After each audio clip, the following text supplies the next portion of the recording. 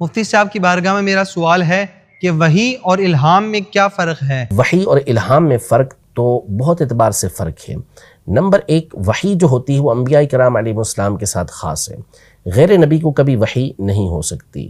جہاں قرآن و سنت میں وحی کے الفاظ غیر نبی کے لیے استعمال ہوئے بھی ہیں تو اس کا مطلب الہام ہی ہوتا ہے، جیسے قرآن مجید فرقان حمید میں سورہ مائدہ میں حضرت سیدنا عیسیٰ علیہ نبینا و علیہ السلام کے جو ساتھی ہیں، حواری جو تھے، ان کے لیے اوحیتو کے الفاظ استعمال ہوئے ہیں کہ میں نے ان کی طرف وحی کی، تو اس کا مطلب الہام کرنا۔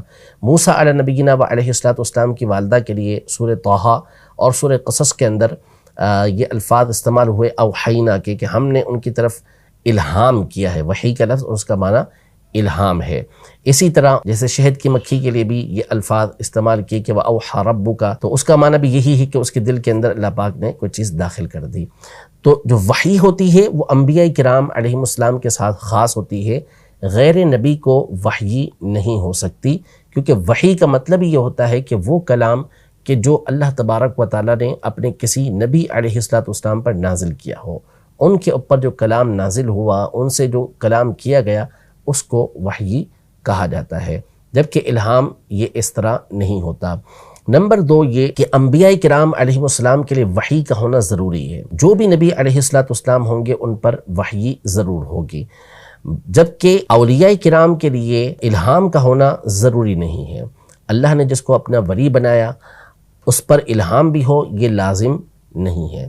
اسی طرح وحی جو ہوتی ہے وہ قطعی ہوتی ہے، اور اس کے ذریعے جس طرح ظاہر کے فیصلے کیے جا سکتے ہیں اس طرح باطن کے فیصلے بھی کیے جا سکتے ہیں، برخلاف الہام کے کہ الہام سے باطن کے فیصلے نہیں کیے جا سکتے۔ وحی ہوئی تو اس صورت میں حضرت خضر علیہ السلام نے موجود قرآن مجید فرقان حمید میں کہ ایک بچے کو آپ نے اللہ کے حکم سے قتل کیا، کہ اس کی حکمتیں موجود تھیں، لیکن کسی ولی کو اس بات کی اجازت نہیں ہوتی کہ الہام ہونے کی بنیاد پر اس طرح کا فعل کرے۔